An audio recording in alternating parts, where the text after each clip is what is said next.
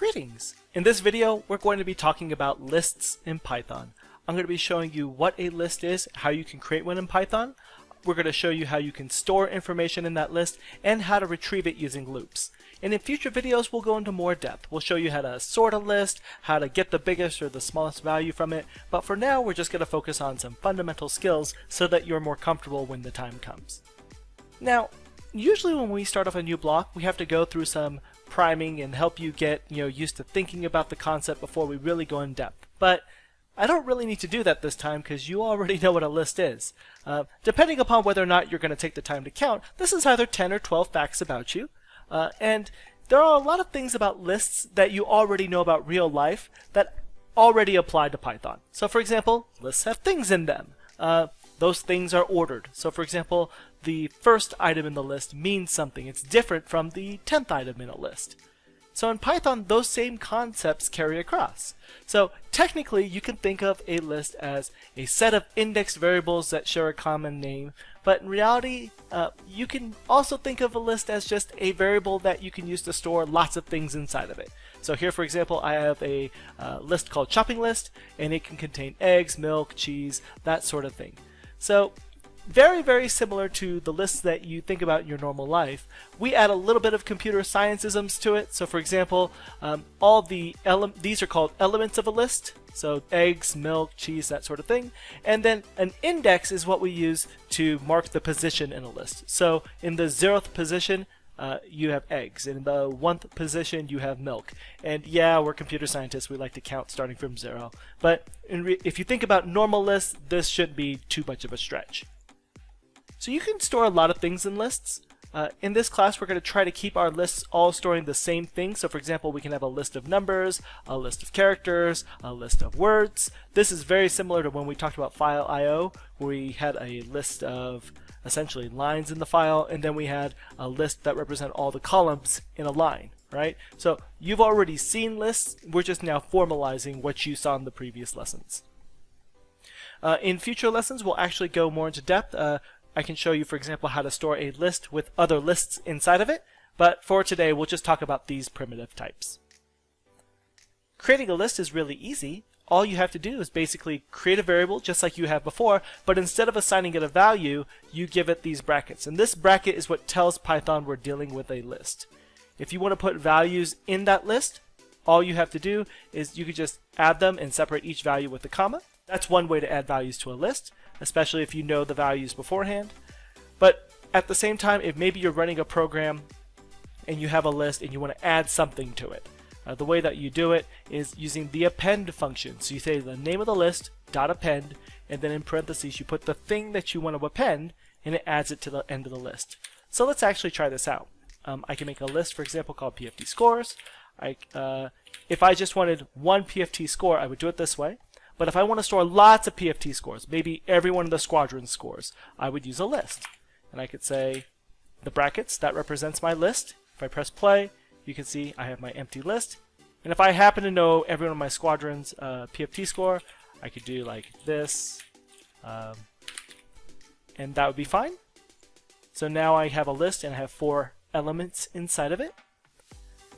The other way that we can add to a list is if we don't know, when we're running the program, we need to add them on the fly. We can say pft scores.append, and then in the parentheses I put the value I want to add. So I'll add my last PFT score, and when I do this, you'll notice it added it to the end of the list. So here, this is how we create a list and put stuff in it. Alright? Now let's say we want to look at all the values of a list. So maybe we have a list with 1,000 things and we need to calculate the average PFT score. So we have to look at every value in the list and then add it to some sort of total. The way that we do this is using a for loop. So you can actually, if we have our PFT list here, so for example I can say for score, I'm just making up a variable name, in PFT scores, print score. And when I do this and I press play, you'll see that it actually prints all the values in order. And remember, what's going on is this variable, the first time you go through the loop, it represents the first thing in the list, which is 450. So we can actually run the debugger and you can see that, right? we're appending here. So the first time through, score is 450, so you print out 450. The next time it's 451 because that's the second item in the list, and so on and so forth until you've printed out all the values in our list. Right? So the first time through the loop again, it's the first value in the list, second, third, fourth. So this is a really useful technique when you just need to look at all the items in our list. The previous method works well in a lot of different types of problems. There are going to be times, however, when you care about what value of the list you're looking at. Are you looking at the first value, the second value, that sort of thing. So let's say, for example, I still have my PFT scores. How would I look at, let's say, know that I'm looking at the first versus the second? Well, to do this, we have to know just a little bit more about lists than we currently do. So let's say, for example, I wanted to print off my PFT scores list. If I press play right now, you'll see that it just prints it off as one string. How do I access one specific value in that list? The way that I do it is using the brackets. So if I do this and I put a number in here, the index, I can print off one specific value. So let's say 0, 1, 2. So if I print off index 2, that should be the 250. So when I press play, sure enough, there's the 250.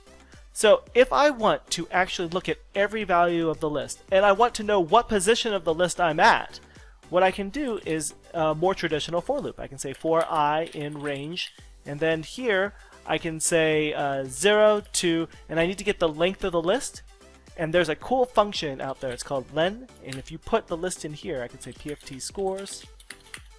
This will go from 0 to the length of the list, then I can print out PFT scores, and in the bracket I can put I. So when I do this, it still prints off the same thing, but now I can say, for example, the I index contains this. So at the 0 index there's this, at the 1 index there's that. So again, just another way that you can do this. So again, looking at that, I can just use the length function. The length function returns the length of the list. And then now, each time I go through the loop, as I'm counting up with I, I'm looking at a different value in my list. So this is really useful when you need to keep track of the index. Now, how do we actually put stuff into the list when we're actually running our program? So if you take a minute to look at this problem description, so we're going to write a program that asks the user for the number of names to input, gets that many names from the user. Okay, this sounds very similar to what we did in all of the other problems, right? When we had iteration. We're going to store those values in a list, and then we're going to print them in the order they were entered.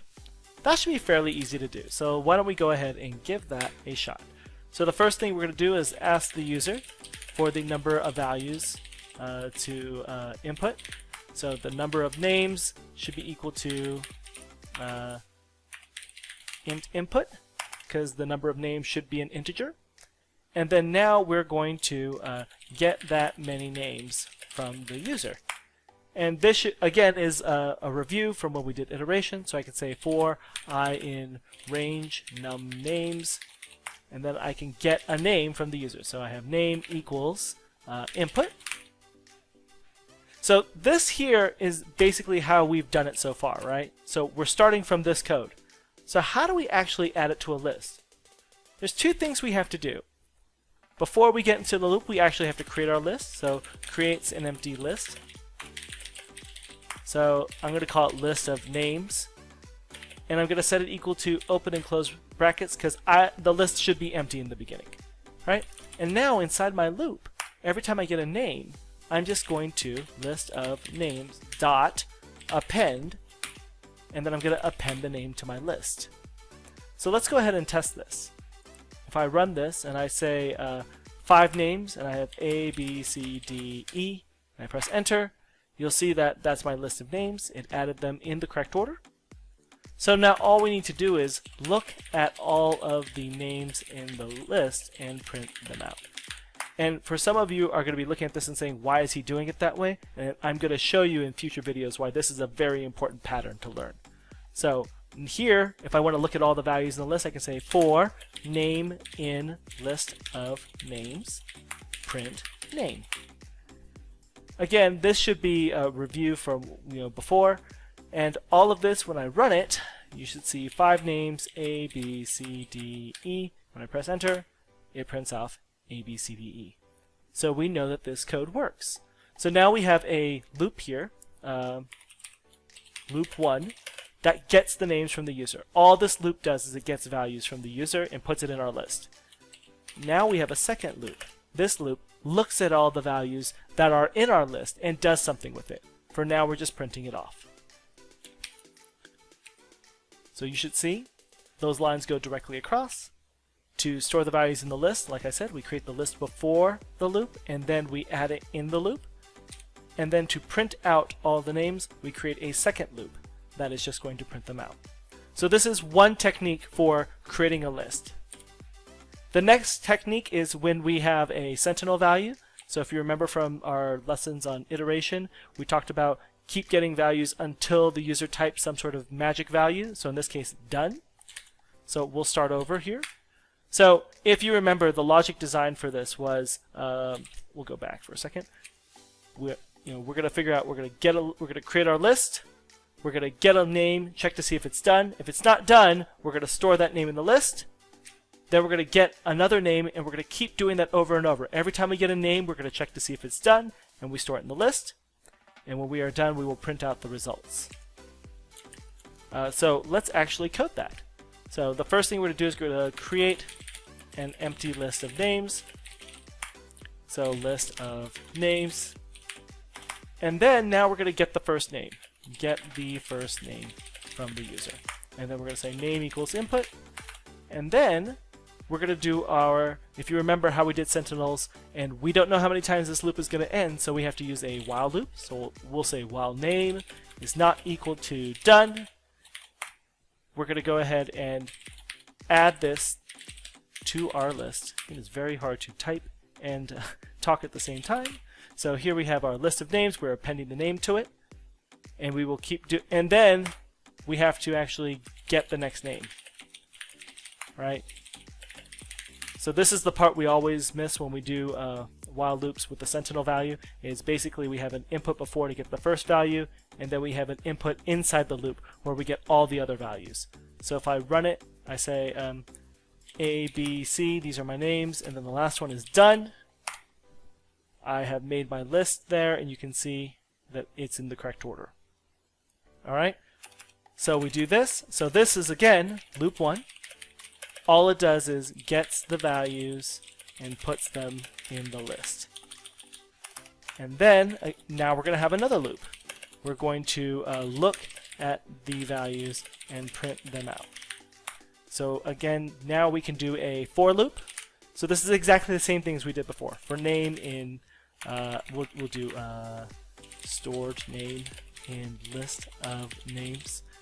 I'll go ahead and print the stored name.